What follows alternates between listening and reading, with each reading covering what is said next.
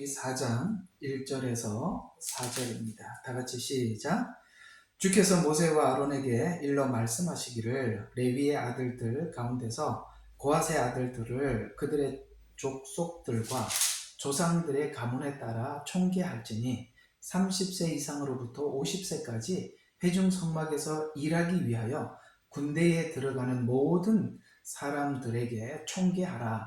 이것이 회중 성막 안에서 지극히 거룩한 것들에 대하여 고핫의 아들들의 할 일이니라 라고 이제 계속 쭉 나오지만 다 읽기에는 너무 복잡하고 오늘은 성막 운반법에 대해서 계속 이어서 여러분들과 함께 보도록 하겠습니다. 아마도 우리가 설교를 들으면서도 이 민수기에 있는 성막 운반법을 가지고 설교를 하기란 쉽지가 않습니다. 왜냐하면 뭐 이게 여기에 어떤 영적으로 우리가 꼭 전달해야 될 의미가 있는가라고 생각하면 여기에 뭐 큰 의미가 없는 것 같기도, 뭐 그냥 운반을 할 때 이렇게 운반을 하라고 그런 것이 뭐 우리에게 영적인 의미까지 전달할 게 있나, 뭐 이렇게 옮기라는 거겠지라고 하면 여기에 설교 자료가 하나도 없을 것이고, 여기에 하나님께서 이유 없이 성경을 기록한 것이 없고 목적과 뜻에 따라서 기록했다면 이 안에도 상당한 의미를 하나님께서 우리에게 주시려고 하는 메시지겠죠. 그런데 오늘 쭉 보게 되면 아마도 우리가 일반적으로는 찾을 수 없는 그런 비밀들이 여기 숨겨져 있고, 또 일반적으로 우리가 성경의 다른 데서 찾았더라도 이 말씀과 같이 연동된 말씀이 어디 있나라고 생각을 해보면 이게 찾기가 어려운 이야기지만, 우리가 지난날 과거에 교회에서 이런 이야기도 듣고 저런 이야기도 들었던 수많은 어떤 성경과 하나님의 어떤 일하는 원칙과 질서에 대해서 그냥 이렇게 하십시오 라고 이렇게 얘기만 들었지, 그것이 왜 그렇게 해야 되는지를 이렇게 성경을 찾아서 이렇기 때문에 우리가 하나님 질서에 순종해야 합니다 라는 이 근거를 제시하지 못한 바람에 그저 성경의 이야기가 아니라 목사님의 이야기가 되어버려서 그것이 또 교회 안에서 저는 뭐 그렇게 생각하지 않습니다, 목사님 그렇게 생각하세요,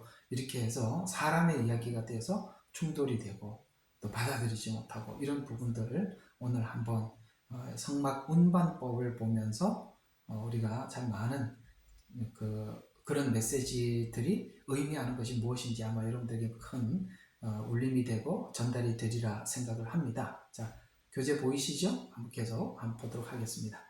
성막의 기구의 운반법이 의미하는 것은 각자가 하나님의 어떠하신 부분을 나누고 운반을 해야 되니까, 여기 이제 성막에 여러 가지 기구들은 뭘 의미하느냐, 그 기구마다 하나님의 복음이 있고 메시지가 있어요.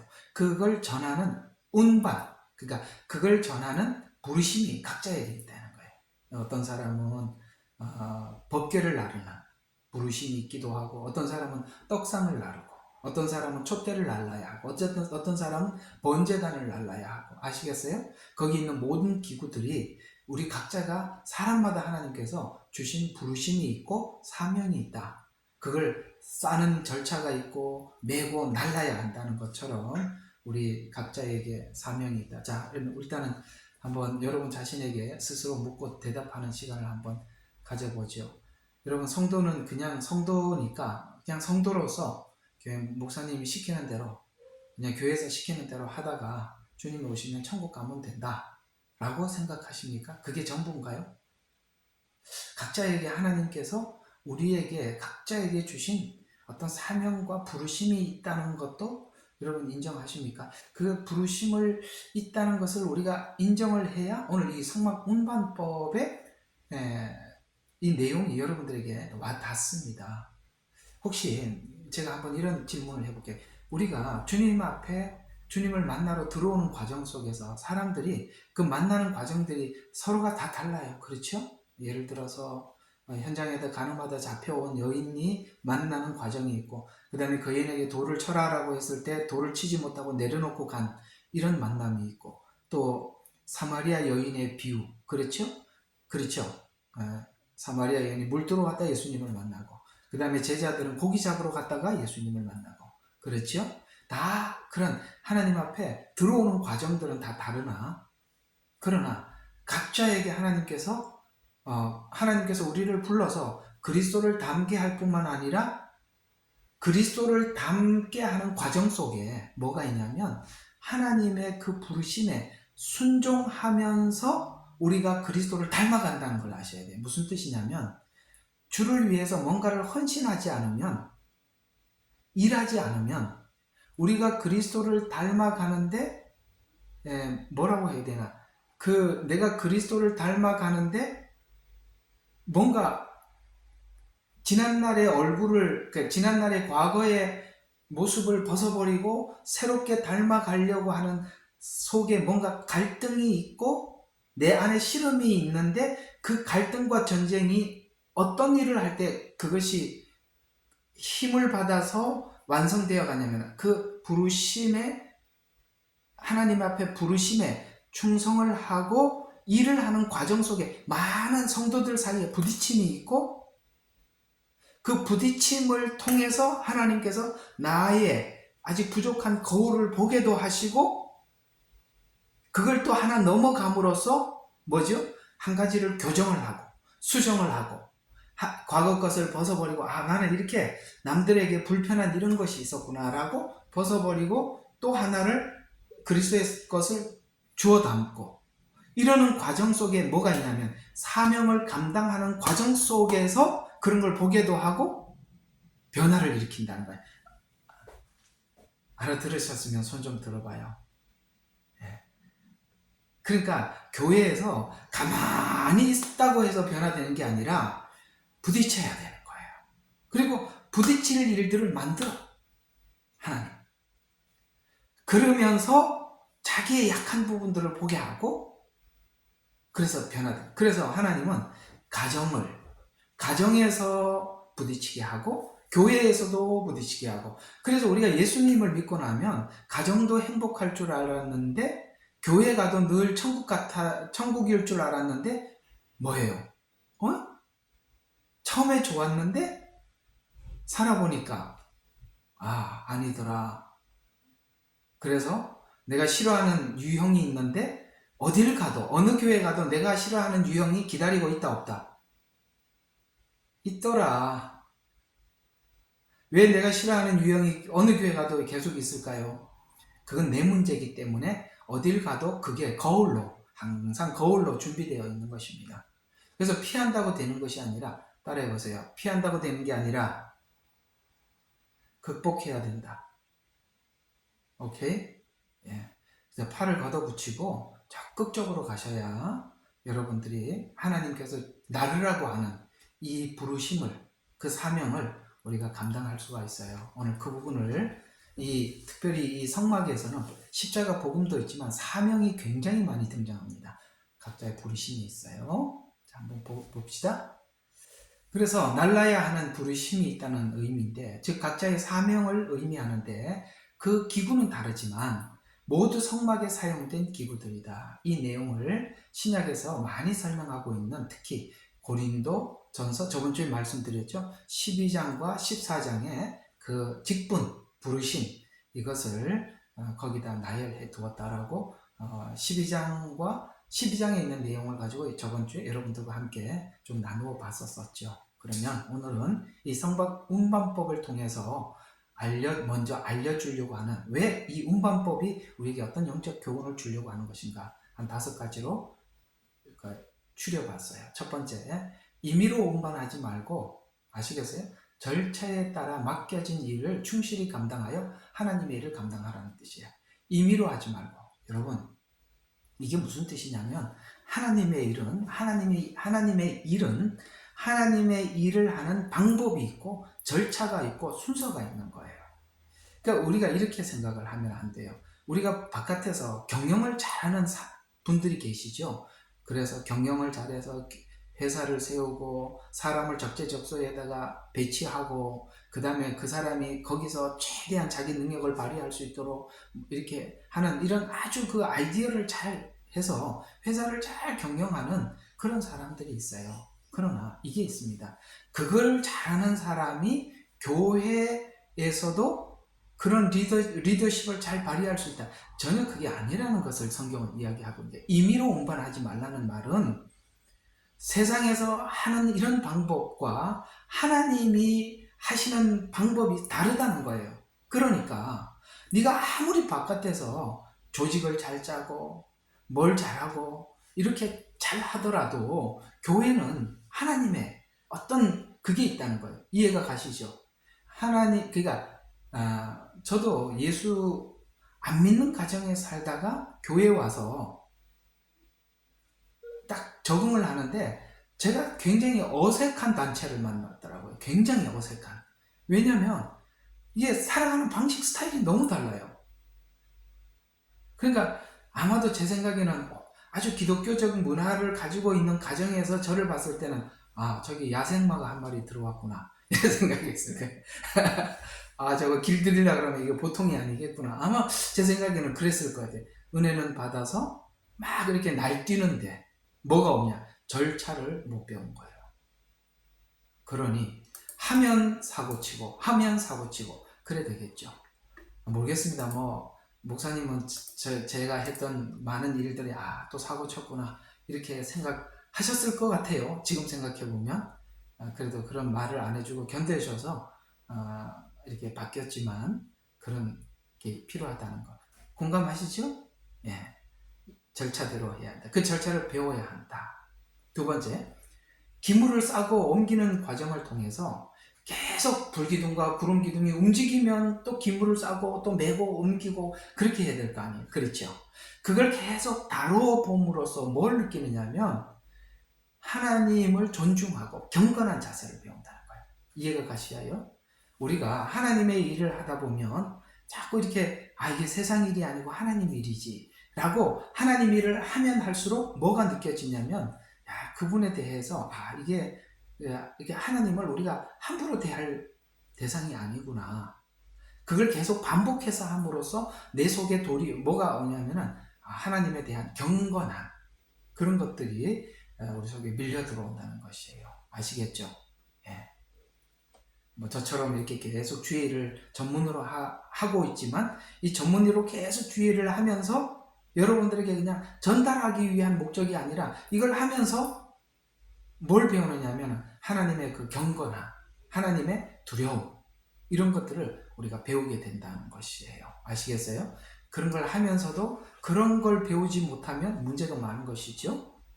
그 다음에 세 번째로는 각 가문에 주어진 특별한 역할과 책임이 있다. 그 책임을 이행하는 과정에서 공동체 질서가 있다. 여기서 말하는 가문, 고핫 자손, 무라리 자손, 그 다음에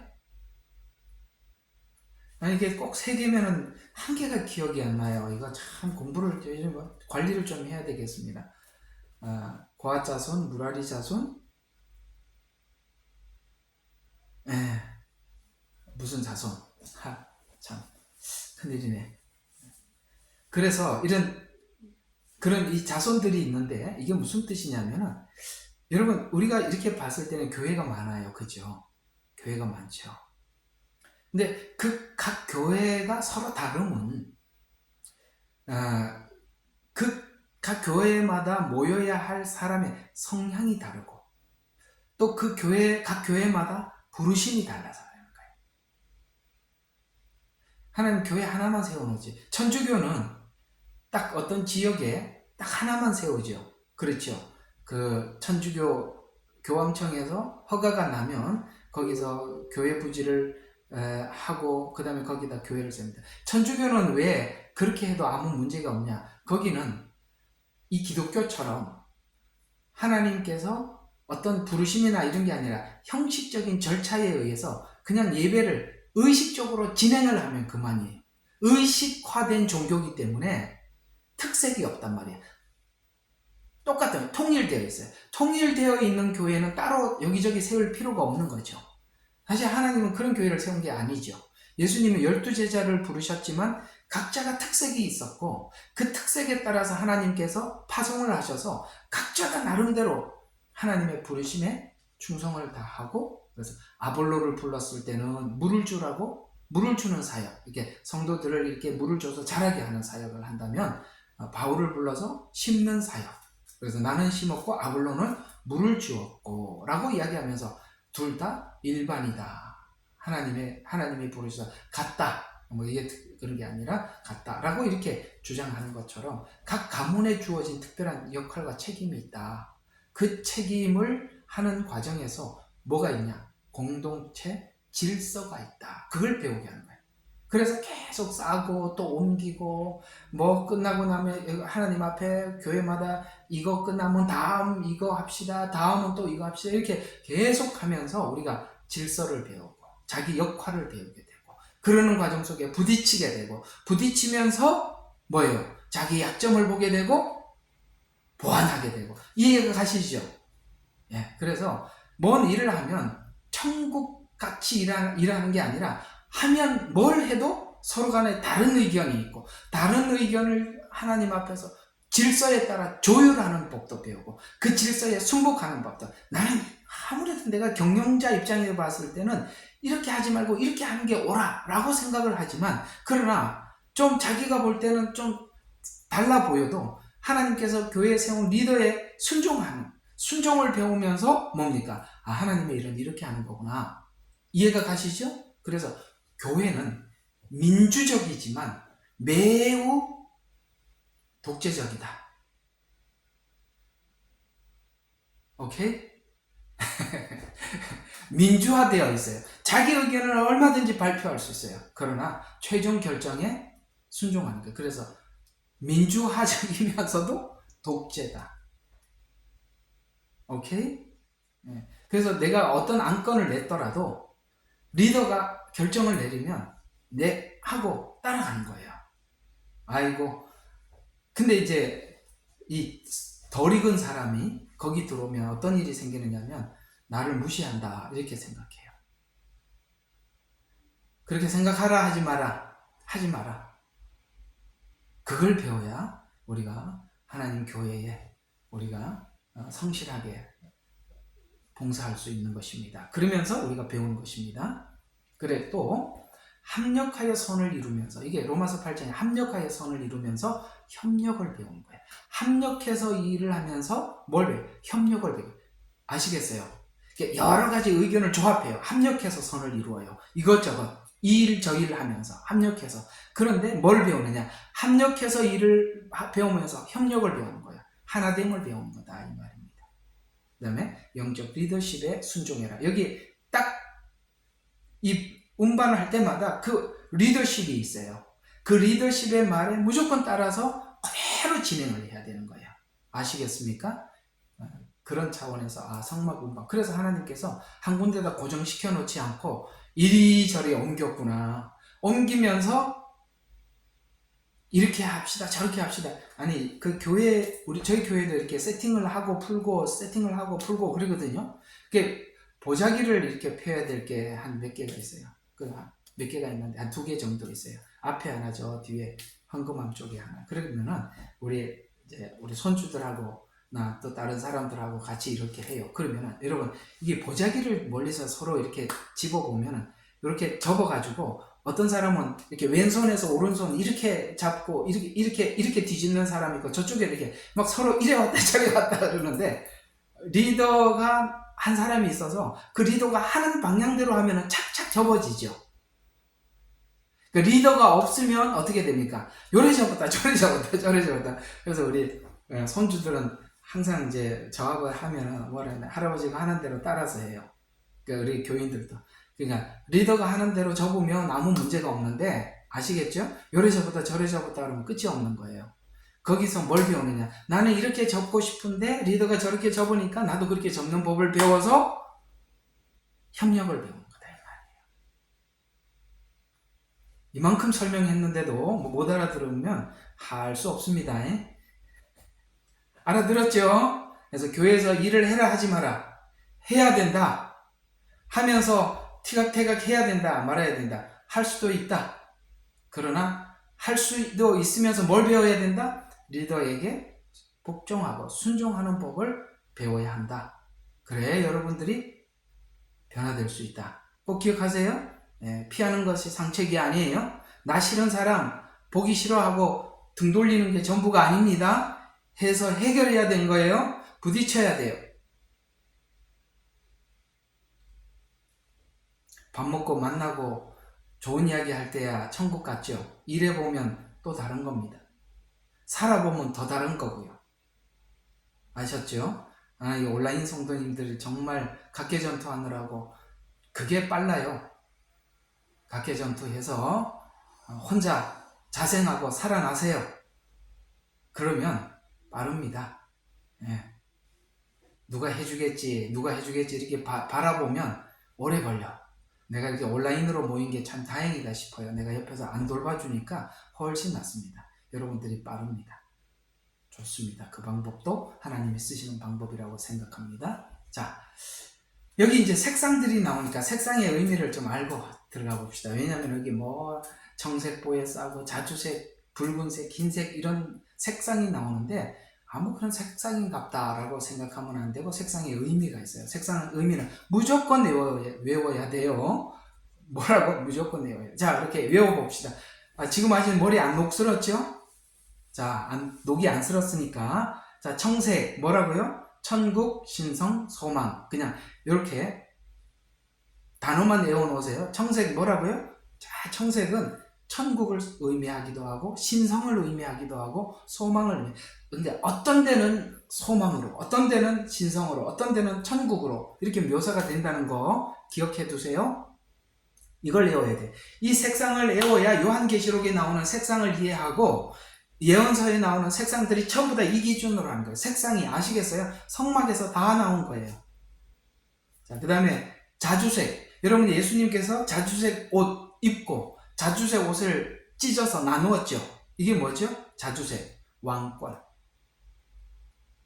부 이런 의미예요. 요한복음의 주제가 예수님은 하나님이십니다 라는 게 주제예요. 그러면 요한복음은 주제가 이 색상으로 보면 뭐예요? 자주색입니다. 참고삼아 알아두세요. 이거 꼭 외워야 돼요. 이거는 뭐 그냥 알고 지나가는 게 아니라 이거 모르면 계속 이 색상이 나올 때마다 헷갈려요. 그 다음에 붉은색. 이거는 뭐냐면 희생과 구속, 보혈을 의미한단 말이에요. 피. 그 다음에 흰색 뭐라고요? 순결, 의, 거룩 이런 의미를 가지고 있어요. 그러니까 색상하고 매칭이 되죠? 안 어려울 거예요. 그렇죠? 자, 청색은 뭐라고요? 천국, 신성, 소망. 자주색은 왕권, 부. 붉은색은 희생과 구속. 그 다음에 흰색은 순결, 거룩. 여기 하나 빠졌는데 의 이런 것들이. 그래서 백보자. 그래서 흰색 이런 의미를 가지고 있습니다. 이걸 일단은 장착을 하고 첫 번째, 자, 가장 중요한 법궤, 증거궤라기도 하고 법궤라고도 하는 그 법궤를 운반하는 운반법이 어떠냐. 민수기 4장 이제 읽었던 그 다음부터 나와요. 고아자손에 이런 걸 해라 라고 하고 4장 4절부터 6절까지 나오는 이야기가 이렇게 나옵니다. 청색보로 이제 색깔 하니까 번뜩 이제 막 머릿속에 확 지나가야 돼요. 청색이 뭐라고 그랬죠? 이제 안 보이니까 한번 생각해봐요. 신성, 소망, 천국 이런 것들이라고 했죠. 그런 뜻이구나. 그래서 자, 증거궤는 청색보로 증거궤를 어떻게 했냐. 법궤를 놓고 그걸 덮어. 법궤를 놓고 덮은 후에 그 채를 괴어서 아시겠어요? 그 법궤를 우리가 사람이 그냥 번쩍 드는 게 아니라 그 법궤 끝에 보면 고리가 앞에 2개, 뒤에 2개에서 거기다가 고리를 탁 꼽아서 이렇게 네 사람이 이렇게 메고 가는 거예요. 메고. 이대로만 하라는 거예요. 막 급하다고 하면 들고 가고 이렇게 절대 없다. 하나님이 하라는 대로 그대로 하라는 거야. 교회는 하나님께서 말씀하신 대로 하지 않으면 무조건 문제가 생기는 거예요. 그래서 어떻게 하라고요?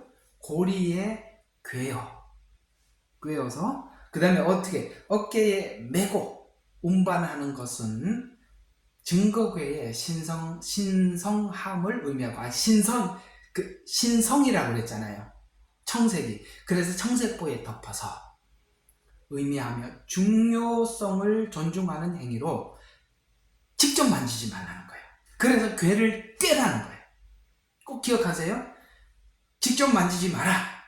반드시 꿰어서 고아 자손만 그걸 매라. 아무도 다른 자손도 안 된다. 그들만. 그래서 하나님께서 고유한 부르심이 있고 고유한 선택이 있어요. 그러면 사도들을 하나님께서 부르셔서 뭘 하라고 하셨어요? 하나님 말씀을 전하는 것과 기도하는 것. 이것이 사도들의 가장 중요한 책임이다. 이렇게 하셨듯이 고유한 어떤 하나님의 부르심이 있는데요. 그래서 꼭 궤에 깨어서 어깨에 매라는 것을 직접 만지는 것이 엄격히 금지되었다는 것을 의미하고, 죄인인 인간이 하나님을 직접 보면, 만나면 죽음을 당했듯이 반드시 이 원칙대로 운반을 해야 한다라고 하나님이 말씀하고 있는 것입니다. 여기서 직접 만지지 말고 반드시 궤를 꿰어서 운반하라는 말에 직접적인, 만지면 안 되는구나라는 직접적인 의미가 사무엘상 6장에 보면 다윗이 이 법궤를 옮기기 위해서 자기 충신인 정말 마음에 믿음이 가는 웃사를 보내서 그 법궤를 가져오라고 보냈는데, 그 웃사가 수레에다 싣고 왔어요. 여러분, 이게 맞아요? 틀렸어요? 틀렸죠. 고핫 자손이 가서 궤를 꿰어서 어깨에 메고 왔었어야 했다고요. 그래서 어떻게 했습니까? 법궤가 저기에 무슨 타작마당이야? 총명탕을 먹고 해야 되겠네. 그래서 법궤가 뛰자 웃사가 그걸 딱 붙잡으려고 하는 순간 어떻게 됩니까? 즉사하게 되고, 그 법궤를 본 사람들이, 많은 사람들이 그 자리에서 죽었습니다. 아시겠습니까? 이건 뭘 의미하느냐? 하나님이 처음 말씀하신 그대로 했었어야 되는데 자기 생각대로, 편리한 대로 했다가 이렇게 됐다. 이런 것처럼 교회 운영도 그렇습니다. 교회는 하나님의 질서대로, 하나님이 하라는 대로 하지 않으면 반드시 문제가 생겨요. 반드시 문제가 생겨요. 자, 두 번째, 성소에 보면 떡상, 그 다음에 분향단, 촛대, 그런 것들이 있는데요. 여기 떡상도 운반하는 방법이 있어요. 아까 법궤도 고핫 자손이 옮기라고 했고, 떡상도 고핫 자손이 옮기라고 해서 이어서 4장 7절과 8절에 고핫 자손에 대해서 또 그 다음 이 떡상을 옮기라라고 이야기합니다. 자, 똑같죠? 자, 떡상 위에 청색보를 펴고, 자, 여러분, 이 법궤도 뭐를 펴라 그랬어요? 아까 여기도 청색보를 증거기에 덮고 하라 그랬죠. 똑같이 이 떡상도 청색보를 펴고, 그 다음에 그 안에 보세요. 대접, 숟가락, 주발, 잔, 떡상 위에 홍색보를 펴고. 이게 무슨 말이냐? 자, 떡상 위에 청색보를 펴서, 그 다음에 대접, 숟가락, 주발, 잔, 떡상 위에. 이게 무슨 말이에요? 여러분, 떡을 진열한 12덩어리 떡을 만들려면은 거기에 부속품이 필요하잖아요. 대접이나 숟가락이나 주발이나 잔이나 떡상, 이런 것들이 필요하다. 그래야 만들어서 거기다 올려놓을 거 아닙니까? 그렇죠? 이런 것처럼 우리가, 이게 이제 말씀을 맡은 부르심을 받은 자들, 떡상, 저 같은 사람들이 하나님 앞에 부름을 받은, 저의 부르심은 이 떡상을 옮기는 사명인데, 그걸 하려면 뭘 해야 돼요?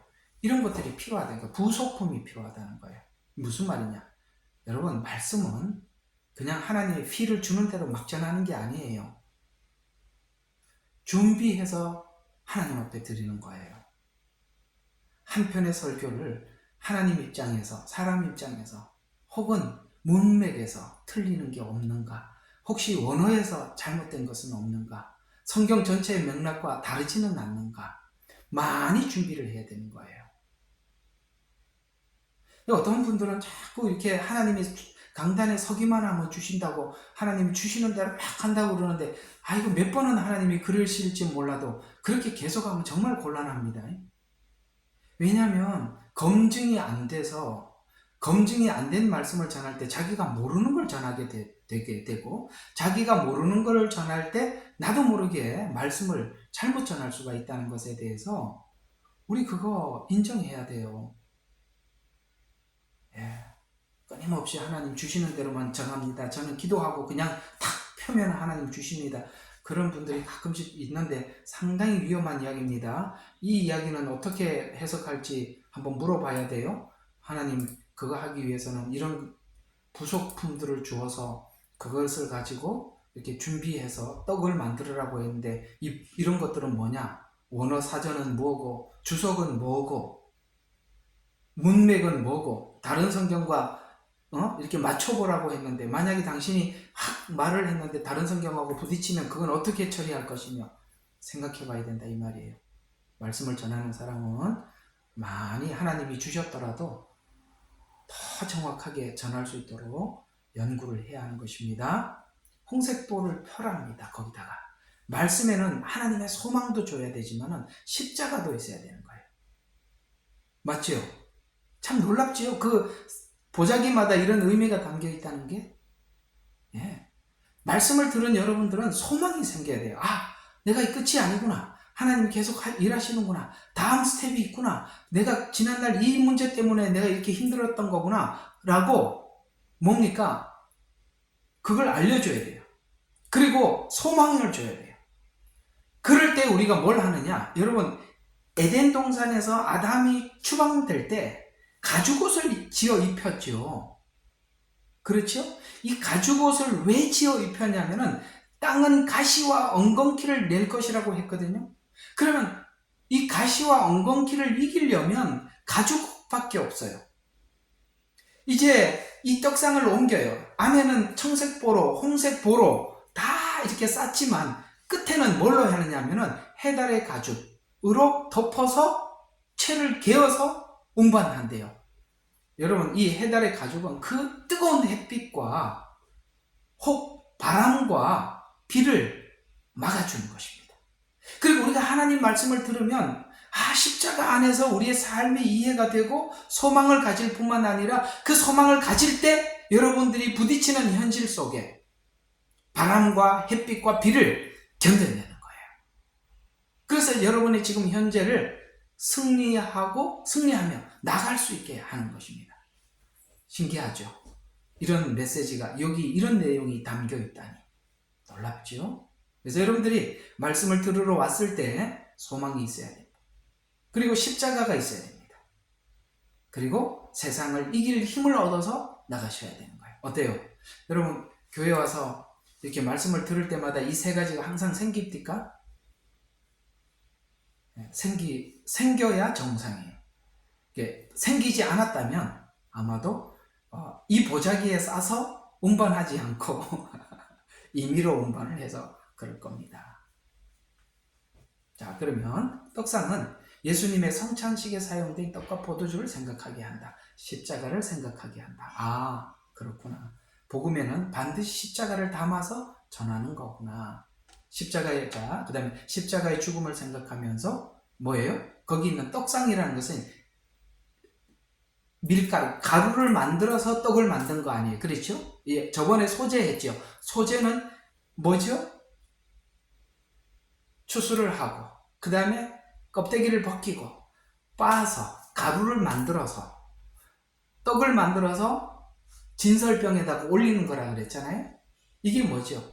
우리가 십자가에 예수님께서 나를 위해서 십자가에 죽으신 걸 생각하면서 나도 희생하면서 교회 공동체에 나를 드릴 때 연합하게 되고 합력하게 되고 하나가 되고 이걸 배우게 됩니다. 그래서 가루가 되어서 하나가 되어서 하나님께 드려지는 의미를 생각하게 하고, 떡은 말씀을 의미하며 말씀을 전하는 사역자는 말씀인 예수님을 전파해야 돼. 여기 소망도 예수님 안에 있고 십자가도 예수님 이야기고, 그렇죠? 이 모든 것이 다 예수님과 관련이 되어 있으니 이 복음 안에 십자가가 빠지면 그 복음의 가장 중심되는 내용이 사라지게 되는 것이죠. 자, 그 다음에 등대도 누가 옮기라? 이 고아 자손은 굉장히 중요한 기물만 맡아서 하지요.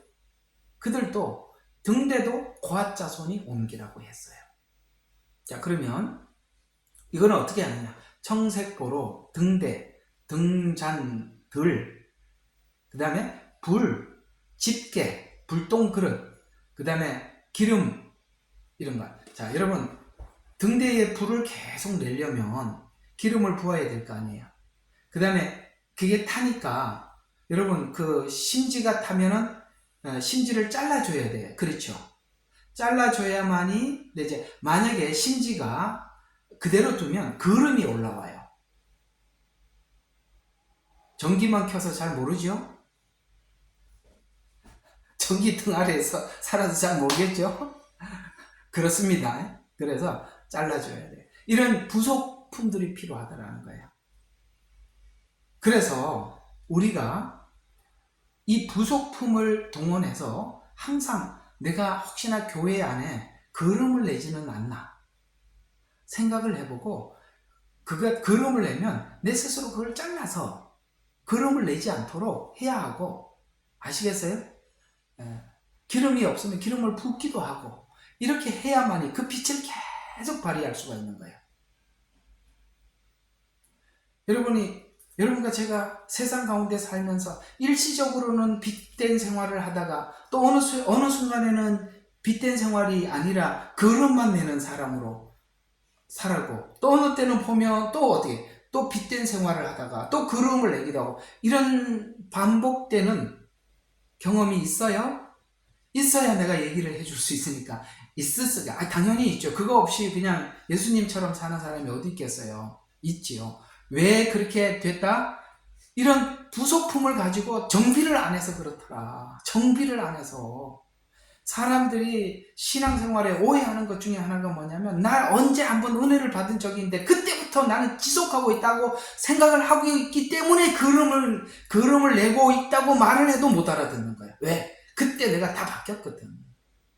그때부터는 새 삶을 살기 시작했거든. 지금까지 틀림없이 살았다고 생각을 하고 있기 때문에 누군가가 당신 걸음을 내고 있으니까 그 부분을 잘라서, 아시겠어요? 정비를 해라 라고 하면, 아니 나는 지금 멀쩡한데? 이렇게 돼요. 여러분, 왜 아까도 여기 말씀에도 부속품이 있었고 등대에도 부속품이 있었지요? 부속품을 항상 가지고 해야 되는 거예요. 그래서 날마다 우리를 돌아보지 않으면 나도 모르게 변해가는 것을 감지할 수가 없어요. 자, 그 다음에 뭐를 해라? 해달의 가죽 덮개 안에 넣어 매는 틀 위에 둔다. 자, 이거 어떤 의미를 가지고 있는가?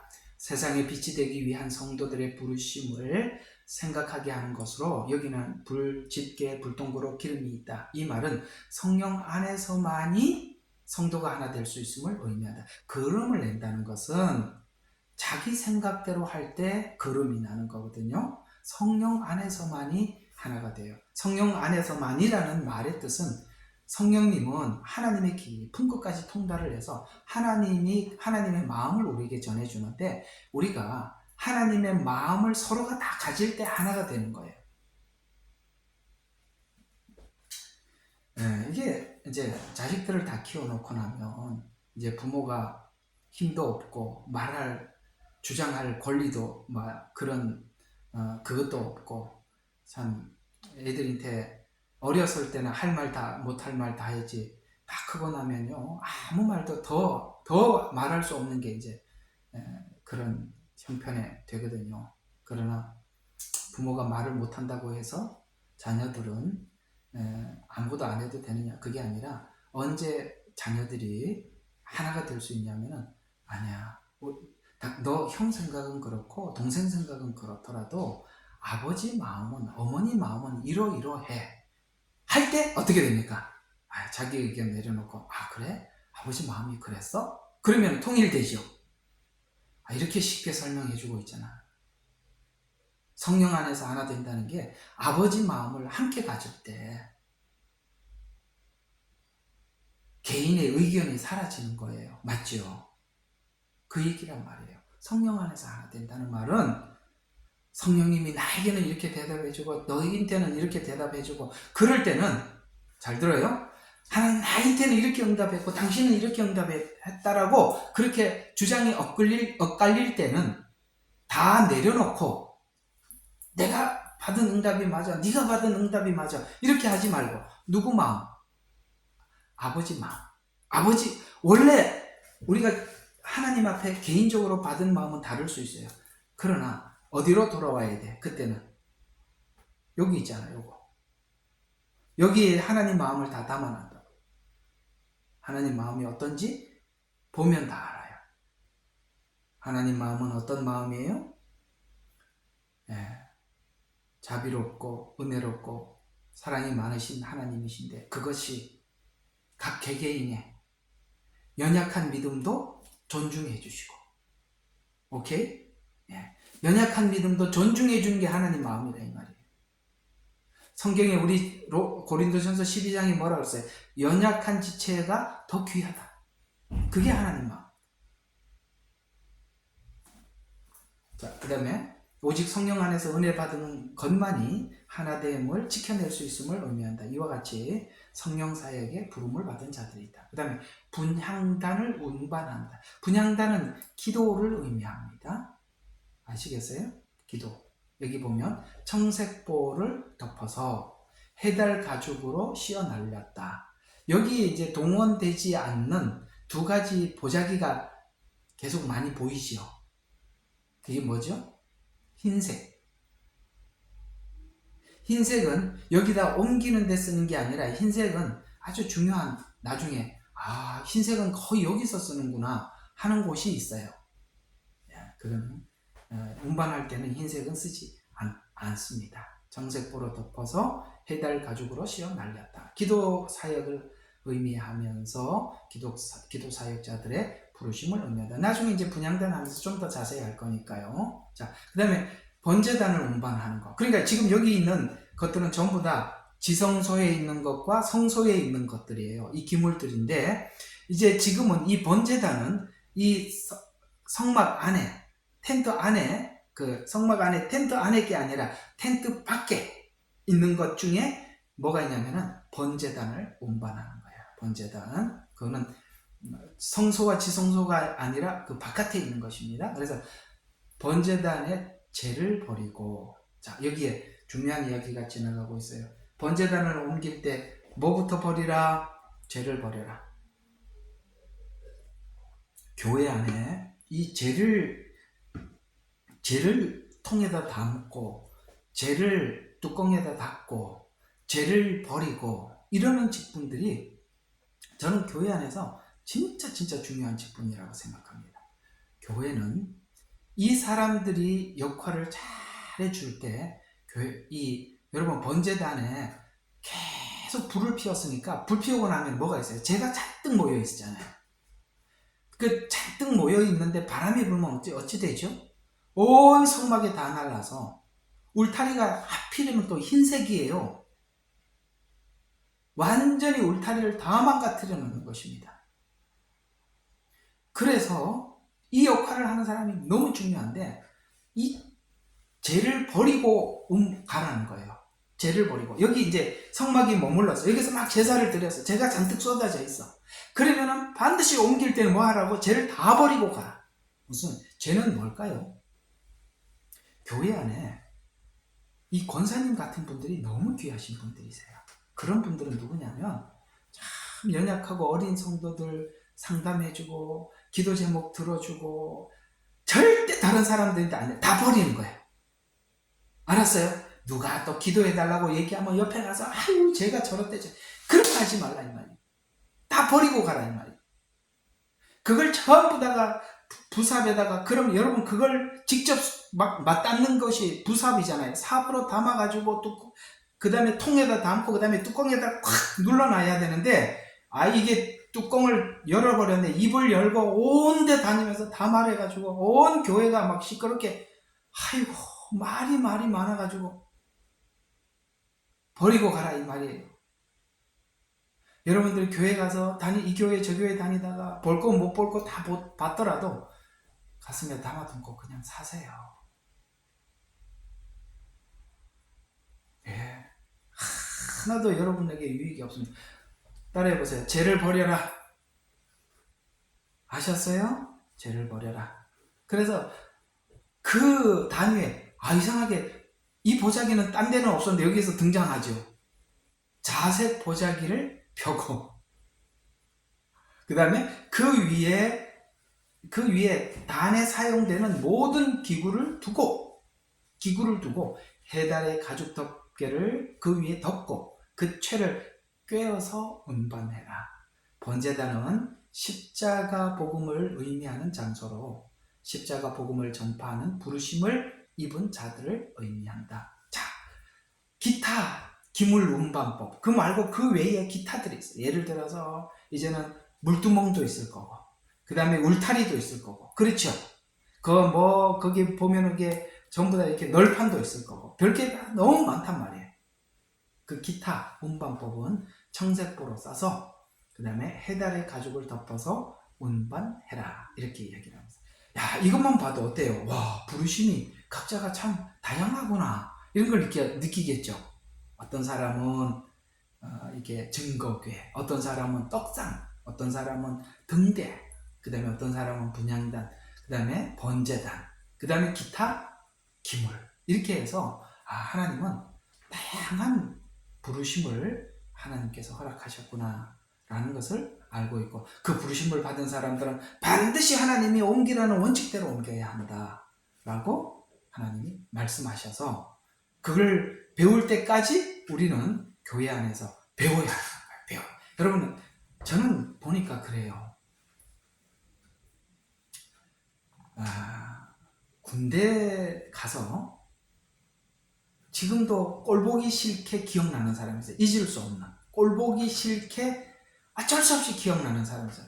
군대 저게 처음에 신병훈련소 가면 그게 다 전부 다 교관이라고 그래요. 중사들이에요. 이제 저는 해군 제대를 했는데 중사들인데 그놈들은요 지금도 보기 싫은데 지금도 생각이 나요.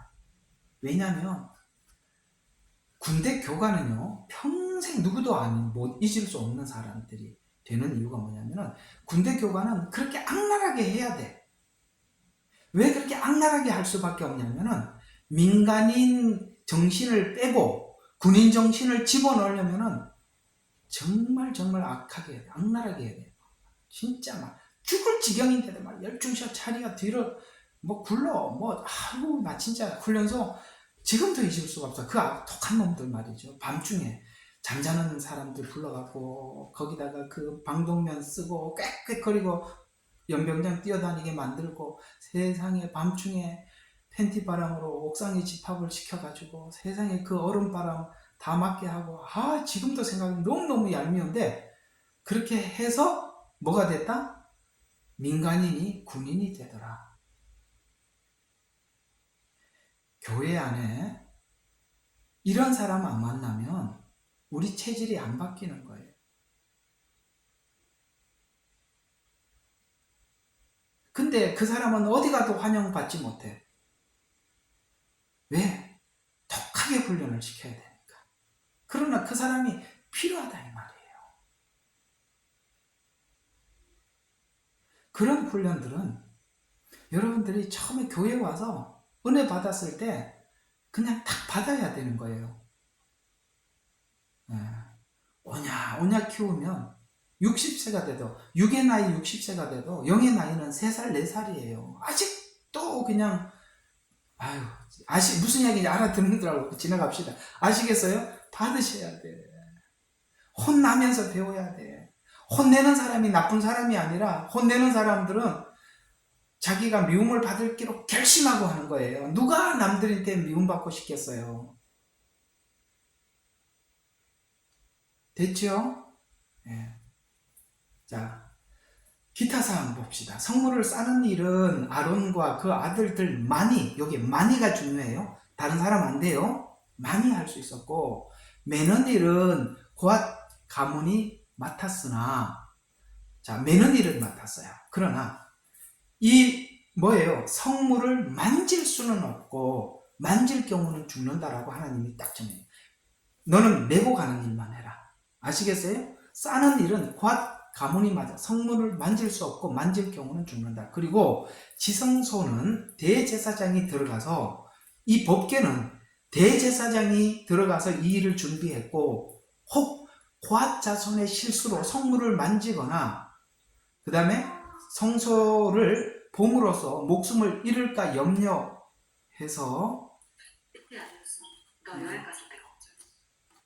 소리가 누가 납니다. 좀 꺼주세요, 스피커를. 그리고 말씀 듣는 시간에 말씀을 들어주세요. 자, 이런 것처럼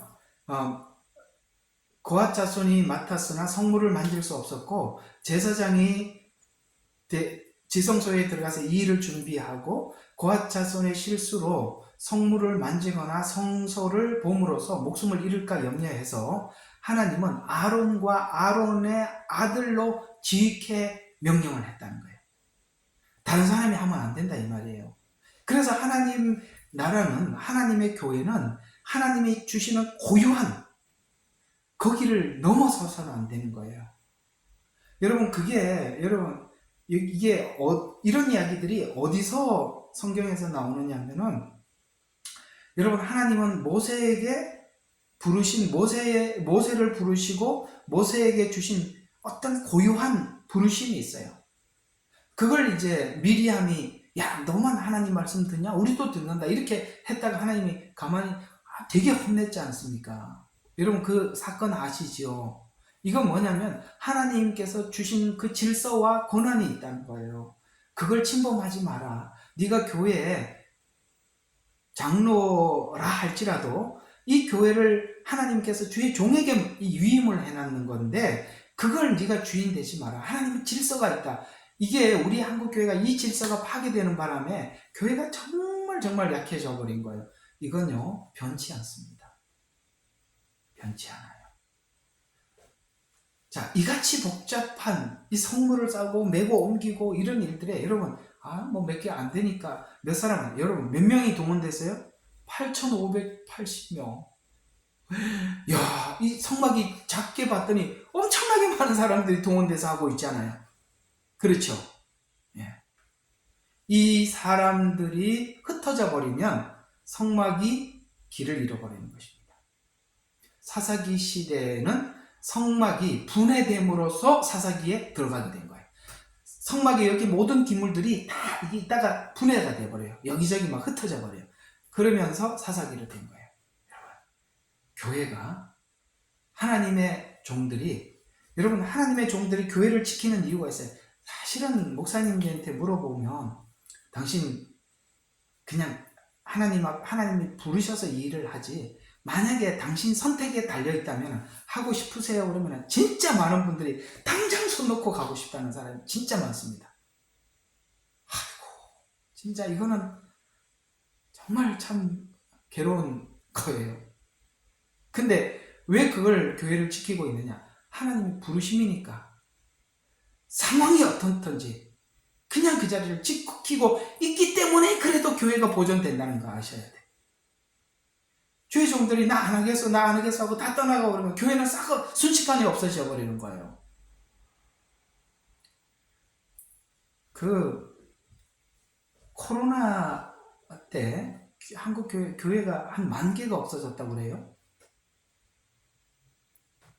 한 10,000개 더 이상 보는데 그냥 대략 10,000개로 보더라고요. 여기 10,000개 교회가 없어졌다고 하더라고요. 저는 그 없어진 10,000개의 교회에 대해서, 그러니까 인간적으로는 제가 이해는 합니다만, 그 없어진 그 교회 문을 닫은 분들은 하나님 앞에 소명의식이 분명히 결여됐다고 생각합니다. 소명의식이 결여되었기 때문에 사람이 없으면 교회 문을 닫고 사람이 있으면 교회 문을 열고, 반대죠. 주의 종들은 그렇게 생각하면 안 돼요. 사람이 있더라도 이제 그만해라 라고 다른 데 가라 그러면 가야 되는 거고, 사람이 있으면 하고 사람이 없으면 안 하는 게 아니라 하나님이 하라 그러면 하고 하나님 하지 말라면 안 해야 되는데, 그 사람들은 이제 사람이 있으면 하고 사람이 없으면 안 하는 사람들이기 때문에 문을 닫았는데 그 사람들은 언젠가 문을 닫을 사람들이 닫은 거예요.